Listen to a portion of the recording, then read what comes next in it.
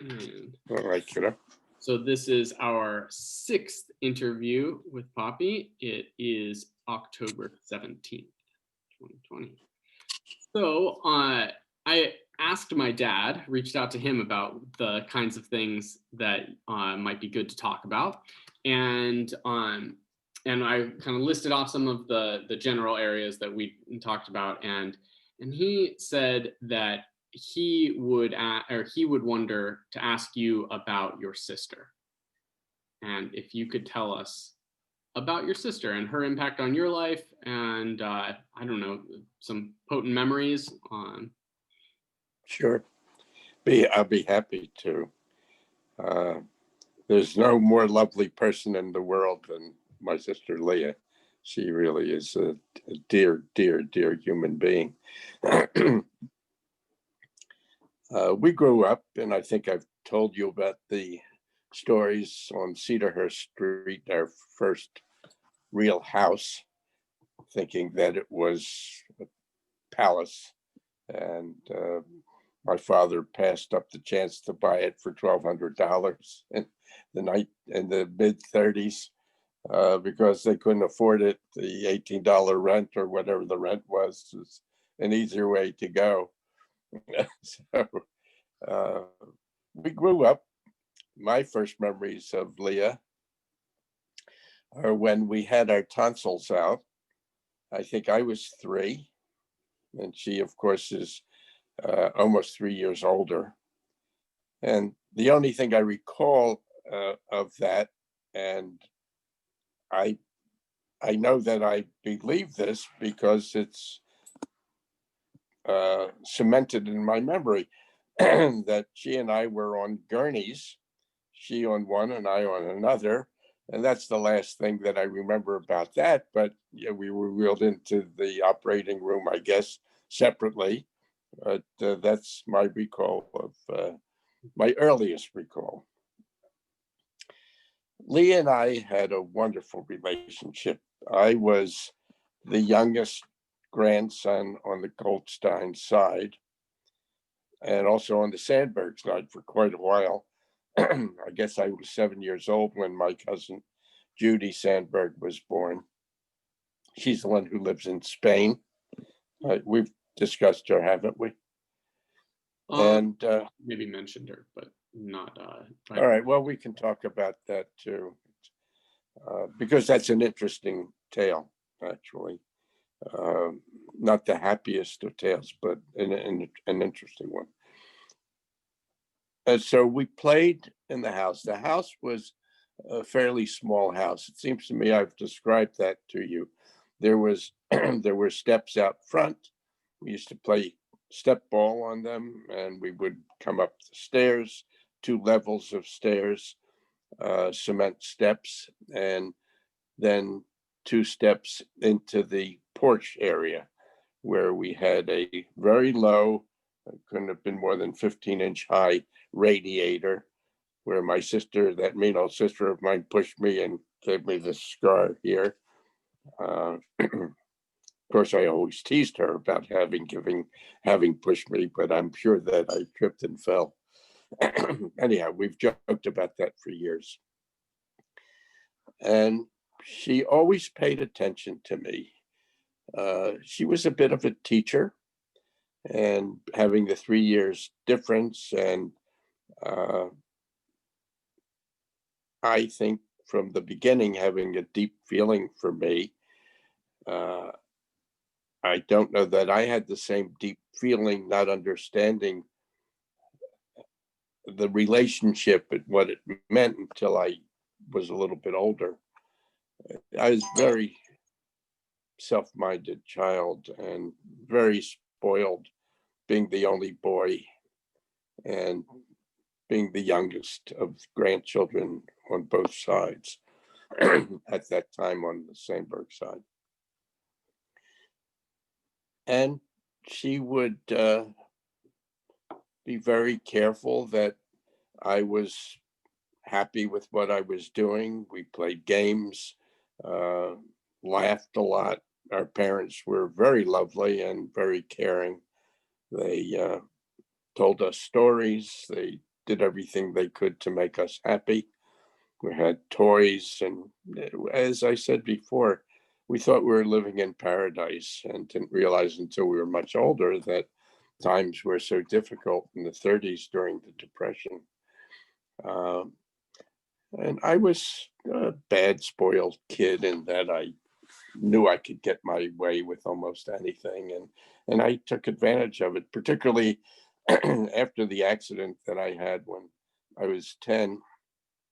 I mean, that really topped everything off. So, I could snap my fingers and people would jump to attention. And she was just so caring and loving and uh, helpful in anything. Um, we never competed. We always joked about that, but I think I told you that our parents, when they didn't want us to know what they were saying, would speak Yiddish quickly, and we fought back and we created our own language. I think I told you about uh, Deyazu, Yezu, Spacek, Deyazuk, Tezok. So we developed Duck Talk. I mean, it's a unique language. So if you want to study the literature in Duck Talk, Ben, it's another fantastic area. You can get 2 PhDs on that one. Maybe we could teach it to Archer. That might be fun. Yeah, that would be fun too. Uh, uh, and so when I had the accident, everybody was very careful and caring, and anything I wanted. I remember one time I cut school in the afternoon, and we lived very close by. I think it was two or three blocks to the West Philadelphia High School, and we lived on 48th Street and near Pine Street, and it was 3 blocks up to high school. And I was walking up to play tennis. There were outdoor tennis courts. I used to work there to roll the courts. They were clay courts and they needed attention. And for the job, they let me play. The guy who owned it let me play tennis there. So I was going up to play tennis. And Leah said, "What are you doing here?" "Oh, I know. You didn't go to afternoon classes, did you?" He said, "Don't worry, I won't tell mom and dad." So, that sort of thing. I always protective, always loving, uh, helpful if I had any problems with schoolwork. She just always went out of her way, and she wasn't. Uh, she was a bit shy as a youngster, and even in her teenage years, she didn't have many boyfriends. She had another girl. Uh, she's very friendly and still is friendly. As a matter of fact, her birthday is in a couple of days. I have to give her friend Vera Freitas a call. I love Vera like another sister. So she and Leah, or Leah and Vera, would come over on Saturday night when we were teenagers, and we would dance to the popular music of the day, Frank Sinatra and that kind of thing. And there was some TV, and we listened to TV, and we all liked classical music, so we would listen to operas and classical music that we enjoyed. Um, One of the particular ones was Tristan and Isolde, and we just had a good time. The three of us always had fun together, and we went to the movies together. And they, but you want to know about Leah, just always the most caring and loving person. And to this day, she's just always been great. Uh, she would ask me what I thought of her boyfriends, and she had several. And I always gave a very definite opinion. And when she was dating with Vic and I got to know him a little bit, I said, "He's the one." And sure enough, he was the one. When was that? And Uncle Vic. Yeah, when was she dating him and getting married and stuff? See, we got married in 57 and they were married in 53, I think. And they had Freddie and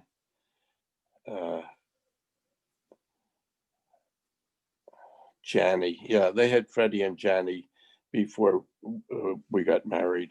Hmm. And then Rachel is around Mindy's age.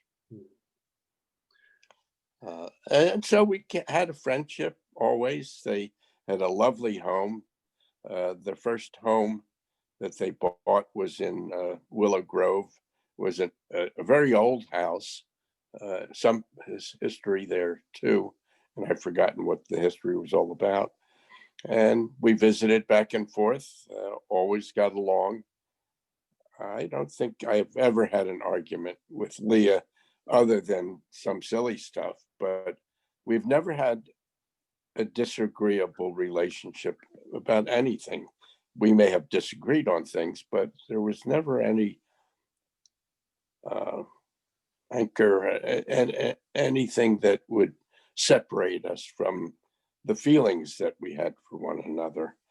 And even to this day, we joke about a lot of stuff. You know, she unfortunately has a little bit of memory loss. I have a little bit of memory loss too, actually, short term rather than long term. I can remember most things that have happened in my life of any consequence. But Leah has not been able to capture some of the old stuff. Mm. But we talk 3 times a week. They'll call us, we'll call them. We get to see them periodically. And she's still the lovely, beautiful person, kind, honest, and smart. She won all kinds of awards for her scholarship when she went all through school. She was a much, much better student than I, and was always helpful in everything that I ever asked for help. She was there and gave it to me, and still will and still does. So there's a story of a wonderful relationship between siblings that if the whole world related the way we did, there'd be very few problems. And Vic fitted in very nicely too. He and I just got along. He's also a very dear person, had lovely parents. They were from Russia. And he's the youngest of um, 3 children. I think they were 5 years apart. Ethel, who's 102, not well, unfortunately, but still alive. A middle child, elder brother, Irving, and he died a number of years ago. And Vic, so it was 10 years between the youngest and the eldest. And Vic is a very thoughtful, kind man. They raised 3 wonderful children, Freddie, Janie, and Rachel.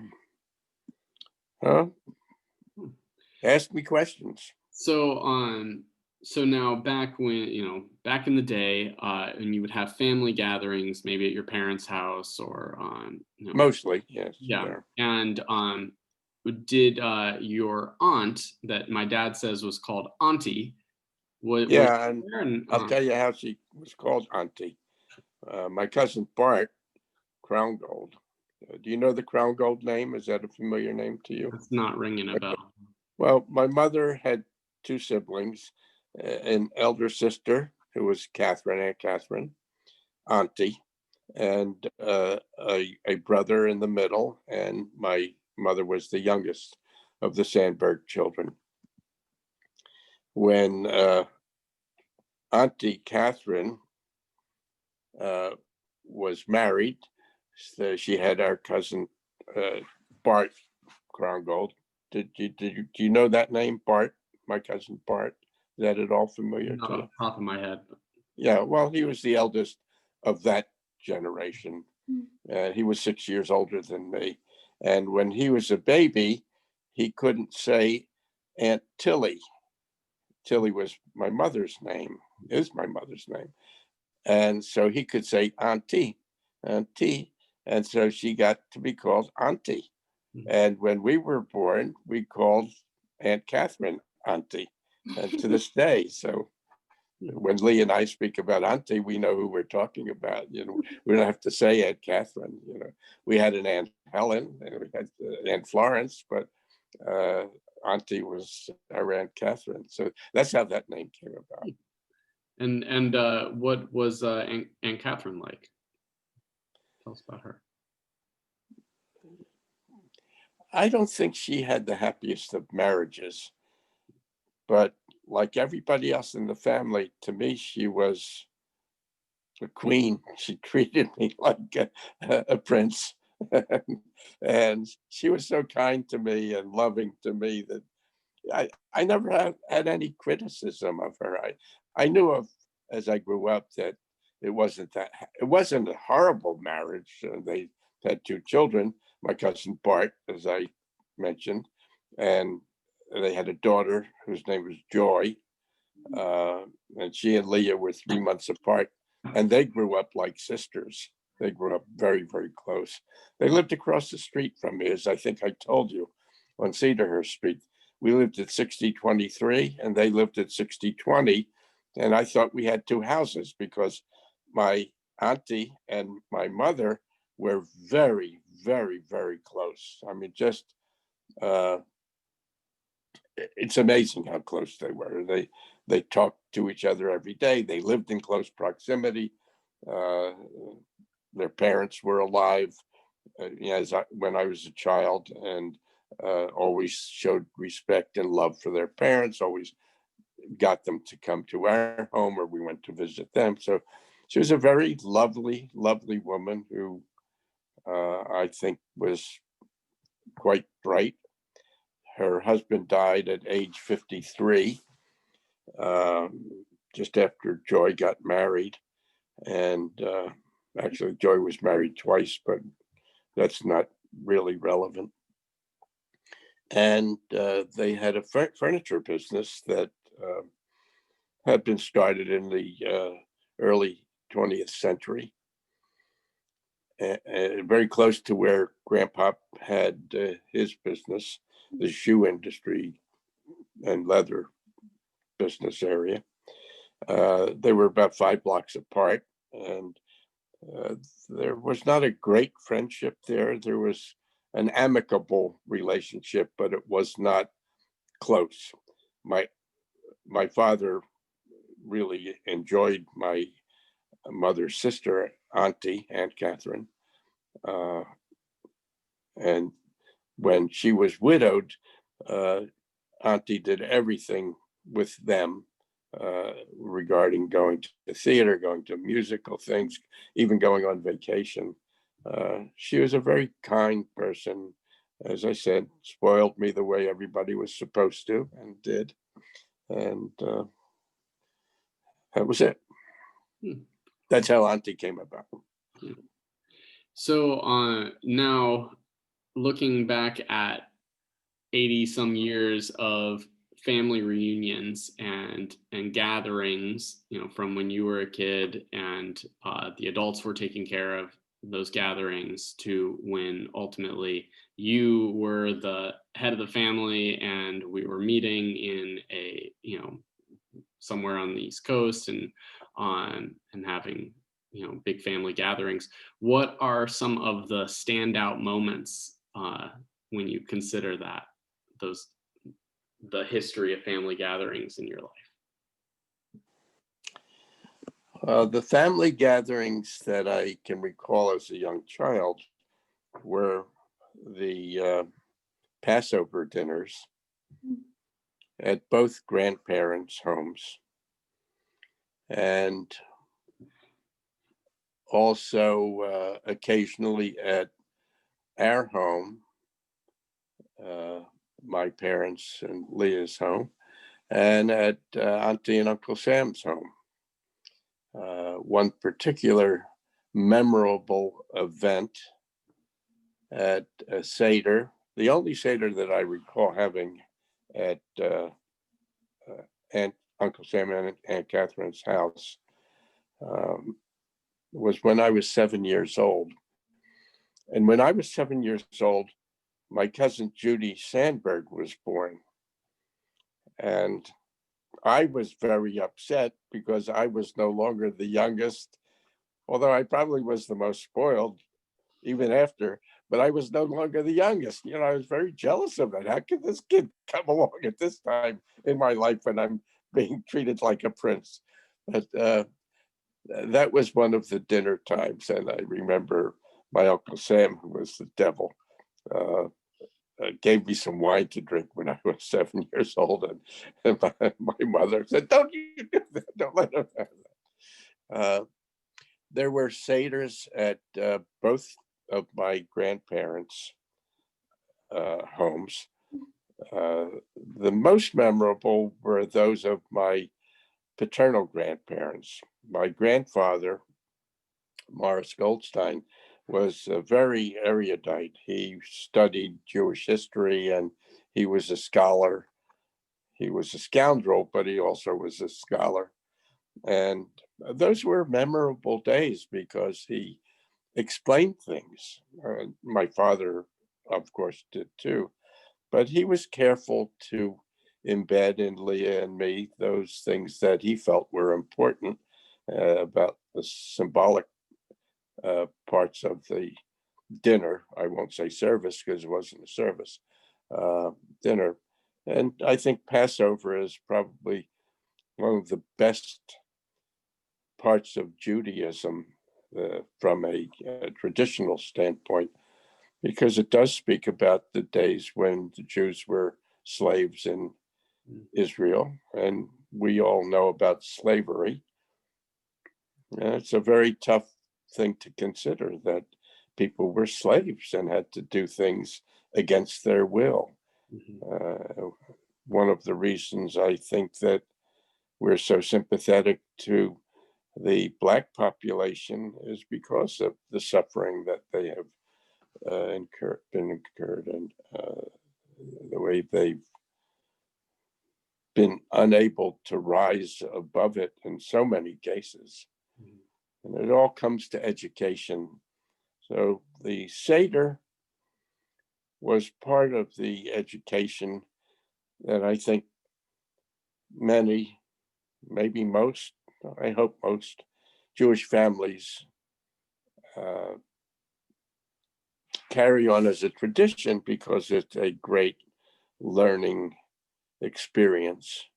Not only the experience of the Jewish people at that time in history, but the educational aspect of it, the kindness that comes with it, and the thoughtfulness, and how people suffer and suffer for long times and grow from those experiences and become sensitive to other people, because the Passover dinners are not only to recall the tragic years and then the release to freedom of the Jews, but it's for the underprivileged people throughout the world. Slavery itself, no one should be enslaved, and it still exists, unfortunately, in big time, I think, and it's because of men being evil. Doubt that it will ever end. So those are parts of the things. The Seders at my Sandberg grandparents' home were much lighter. I don't think that the Sandberg grandparents had the same deep religious feelings. Maybe they had the same religious beliefs. They certainly had the core ethical aspects of Judaism and family life, but it was a very different. There is a real contrast. They were very loving grandparents, and I have such fond memories of both sides, actually. But I can see the gentleness. Well, there was a happy marriage, and so that's one of the reasons.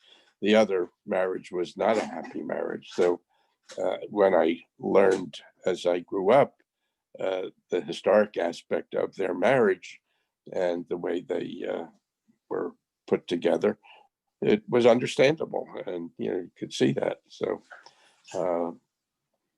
I think I pointed to you before that having 4 children, all happily married, it appears, with beautiful spouses, and all together throughout the many years that they've been married. And I think it speaks very well for Granny's and my upbringing and the backgrounds that we have had, and the love that is shared. It's quite remarkable, I think, when looking at other families that hadn't had that track record. And so we're not only proud of it, but think that it's in part the way we both grew up, Granny and me, the family backgrounds and the respect, and those things that really count in life. What else? Well, I remember going to the park as a child, which was a city block distance from the Cedarhurst Street home, Cobbs Creek Park. And I think I mentioned it's part of the Fairmount Park system, which is the largest park system in the world in any city. It was a great playground. Had a baseball field there. We had a creek. We would fish in the summertime. We would go ice skating in the wintertime. I once fell in, and my cousin Bart, my big brother, pulled me out, took me home, rubbed me down to make sure that I was okay. And Bart, I think I spoke to you about him. He was really a big brother. He was 6 years older than me. And so when he was 15, I was 9, and a 15-year-old kid wanted to play ball and do all the stuff with his buddies in the neighborhood. But he said, look, where I go, you go. So, okay, because he was my mentor. And the other kids would say at times, well, don't bring that kid. I said, no. Where I go, he goes. And he was a mentor. He was a wonderful mentor.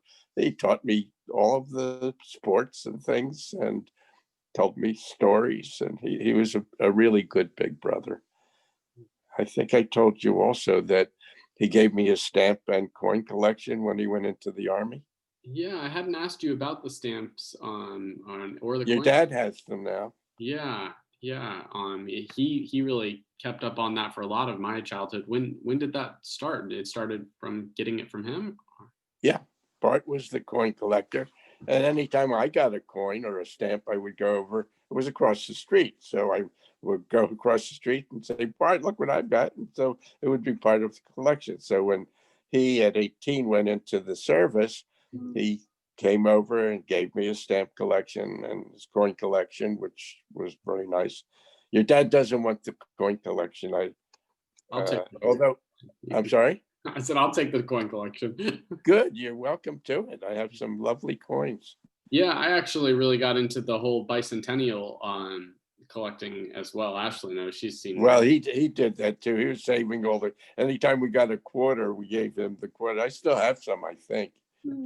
Anyhow, when he was here last, when your folks came here to visit prior to the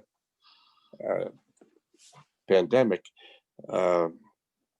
he took back a lot of the stamps that I had. So I said, well, what about the coins? He said, no, I don't want to. Well, I'm glad that you have interest in that, Ben. I'll see that you get them. I have some really interesting coins. So. Yeah, I'd love to get them. That's totally right up my alley. I love old coins and stuff. Good. I hope you'll do something with them. I never did much with them, and I don't know whether they're valuable or not, but I have some interesting coins, and I think that's a fun thing to do. Yeah, so, no, I'd love to check them out. And maybe you can do it with Archer, because it's so educational from an historic standpoint, coins and stamps, of course. Anyhow, that's great. So when Bart went into the service, he gave me his coin collection. And when he got back, I kept it, and I kept it up to date at that time. And he said, no, I don't want. He was wounded seriously, and then he got married and he had a child, so he never wanted it. But I always asked him if he wanted it back for his kids. He said, no, he didn't. But he says, I gave it to you, it's yours. So, and as I said, he was the best big brother anybody could ever have. I mean, he was just marvelous to me and a good mentor. Let's see what else. Ask me another question and I'll try to think of other memorable things that. Well, I was just thinking about the phenomena of when you find something so funny and you laugh and then you are uncontrollably laughing and you just can't stop, you can't breathe, and it's just like completely overwhelming. Are there any good memories that you have of being overcome with laughter? Only when your father told a joke and he could not stop laughing at his joke. But I always do laugh at my own jokes, thinking that they're funny. Yeah, that must run in the family. Your dad was That's like what I that. do. Your dad was like that as a little boy. Again, I don't recall whether I told you this or not, but when we lived in Spain, he had a joke and he wanted to tell us, and he told it to us in Spanish. And so the joke translated into English is these two guys go into a bar, got off their horses, tie up their horses, go into a bar and start drinking. They come out and say, let's go to another bar. And he was doing this in Spanish. And they go to another bar, they tie up their horses, and they start drinking. So they go to 4 or 5 or 6, and they are stone drunk. They come out of the last bar, and he says, Jose, ¿cuál es tu caballo? And it's, Jose, which is your horse? I don't know. I don't know. Let's go for another drink. So they go for another drink, and they get drunk, more drunk, and they had tied up their horses. They come out of the bar. Jose, ¿cuál es tu caballo? And he started to giggle at that time. I don't know. I don't know. You take the white one, I'll take the black one. And he thought that was the funniest joke that he ever told in his life, and he could not stop laughing. So ask him about the caballo, which he says, you take the black one, I'll take the white one. Oh, that's good. Yeah, the thing I always I do laugh at when I tell jokes. I hardly remember jokes, but when they're new in my head, I can tell them, and I do laugh at the punchline. Did we lose you? I'm sorry, Ben. Oh, there you are. Okay, cool. I think the connection was lost for a second. Yeah. Yeah, I was thinking that the times I see my dad really break down and laughing is when he's watching Galaxy Quest or the Santa Claus. And that Tim Allen Santa Claus movie, he just falls apart laughing. He does. Yeah, he has the most wonderful full laugh of anybody I know. He's such a great kid. He was he's a wonderful man. I love him. Yeah. He was also a good big brother, and still is a very good big brother. When our other kids have anything serious to talk about, they go to him because he's well, I don't have to tell you what he is, because that's where I take my problems too. A marvelous human being, and I have such respect for him. He's a good one. And your mom ain't bad either. I love her very much. Yeah, so do we.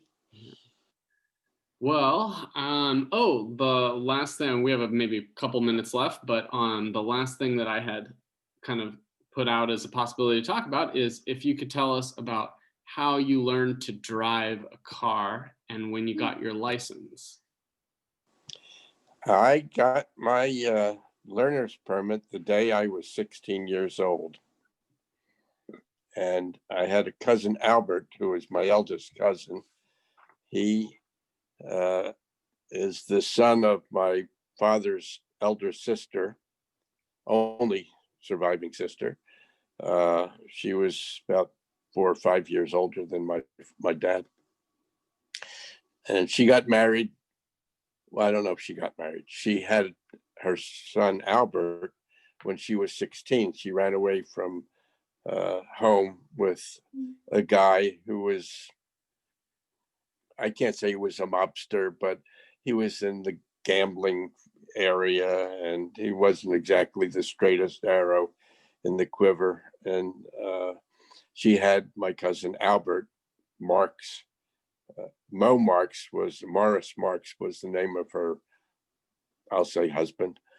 And Albert was the result of their relationship. I don't think Albert ever got to know his father, actually. But my cousin Albert, who was 12 years older than me, 6 years older than Bart, was very nice to me. I mean, he was a lovely cousin until he wasn't a lovely cousin, but that's another story, not even worth going into. But as a child and as a young person, he said he would teach me how to drive. So when I was 16, first day I was able, I got my learner's permit, and he took me down to South Philadelphia, where the Veterans Stadium is now, the football stadium in Philly. And it was then a rather empty area. They had food services, distribution centers down there, but wide open streets. And so he said, all right, I'm going to take you for a lesson. And he had a small car and we went into his car and he got behind the wheel and he says, and this is what you do. You know, you put it into gear and you go and just, do you understand? I said, yeah, I've watched my father. And I was with you, Albert, when you were driving, sure. Said, okay, now it's your turn. So you get behind the wheel and you drive. So I got behind the wheel, I put the car into first, into second, to third, or whatever it was. I think it was on the floor shift. And we were coming to a red light. He said, stop. And I kept going. He said, Sammy, stop. I said, how do you stop? I didn't know how to. So he put his foot on mine. He almost crushed my foot, but he stopped the car. He said, you get out and I'll teach you how to stop the car. So that was when I learned how to drive, when I was 16. I knew how to drive. I just didn't know how to stop. I hadn't thought of stopping. That was a funny moment. Certainly is memorable. My foot still hurts. Well, I'm glad you stopped. Well, I think that's probably about all we've got time for right now. Okay, good. Go for it. Go. Maybe That we said hi. Last thing, leave us with a couple words of what do you think is going to happen in November? Well, I think that Biden will win, and I think that it'll be a crushing defeat for the Republicans. I certainly hope yeah, me too. I don't know how I get my fingers up on there. Anyhow, I surely think that the world is going to be a terrible place. And I think it could very well be the end of American democracy if Trump wins that election. It's just one of the most sad thoughts that I could ever have. So if I were a person who prayed, I would pray. I could only hope that the results are what we, all three of us, want them to be. The world is in such a mess and needs the kind of leadership that we have shown in so many ways for so long through Republican and Democratic Party leaderships. We don't have leadership; we have fascism here, and it's. I'm so angry with Republicans. I am so angry with the senators and the legislators, the representatives, for not having the spine to stand up and face this evil person who is such a threat to the world. But vamos a ver. Let's wait and see, as they say. Vamos a ver. I'm an optimist, and I'm gonna hope for the best, and we keep working towards it. So. Well, I'm with you on that, Ben, dear. So, all right, kids, say hi to Archer. Archer for us, and I look forward to talking to you again soon. Definitely. Okay. Yeah. So it's a weekend joy for me. So